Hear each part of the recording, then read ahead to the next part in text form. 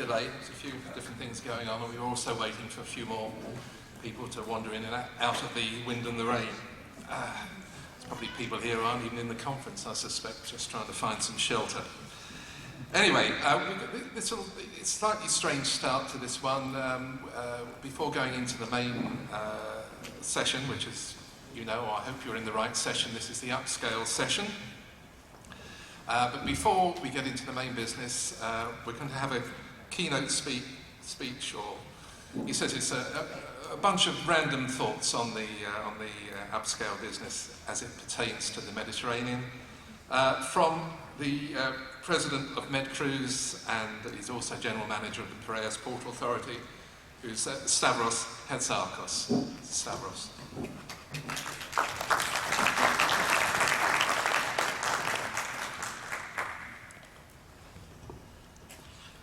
Thank you very much. Thank you, first of all, SeaTrade and Marseille for the opportunity that gave us to be here and present our thoughts and promote our ports in the Mediterranean. So, I believe that the ports in the Mediterranean is one of the most unique places that the cruise vessels can visit. So many different ancient cities around the seas, so many different cultures around the sea, so many different choices, and all of that with excellent beaches where everybody can enjoy and see many different things. What I also believe is unique is that they are all connected, not only with big or small ports, but also with many different, excellent, smaller ports with very marvelous region. So, until now, we were competing in order to attract vessels that were going to bring us a lot of more passengers, and we were proved to be successful on that. The bed days were increased, the total passenger through our ports were increased, and the Mediterranean now is running the second worldwide destination, still increasing even during that crisis, and I'm referring to the figures of 2011. So, even if all this competition still continues with us, within our members, but with all ports in the Mediterranean, we start to understand that there is a necessity to give alternative destinations, but also alternative ways of excursion in our ports. And so I have to say that the discovering experience that the upscale cruises can give, both from big but also from smaller vessels, can have easy access to make the central ports of our region, and even more to be able to be in an isolated small beaches.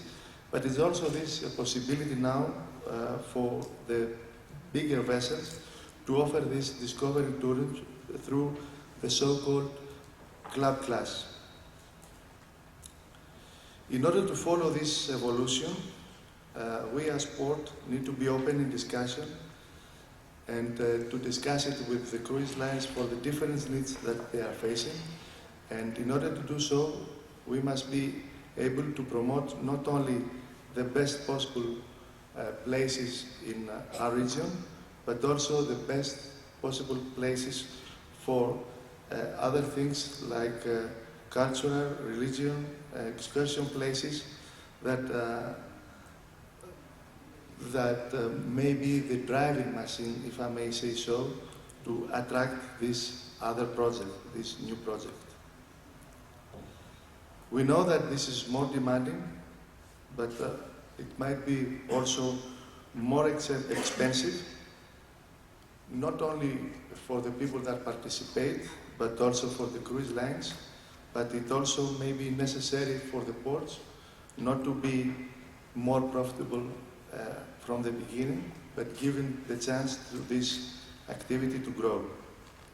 So finally, I believe that in days like this, when the economy in the Mediterranean is facing problems in the development, this alternative way of cruising is an opportunity which the cities and the ports need to take advantage. With this, I want to thank you for giving me this opportunity, and believe that the discussion that may follow after the intervention of this excellent speaker's profile I have seen will help us all to understand how we can promote even better this new project. Thank you very much, Mr. President.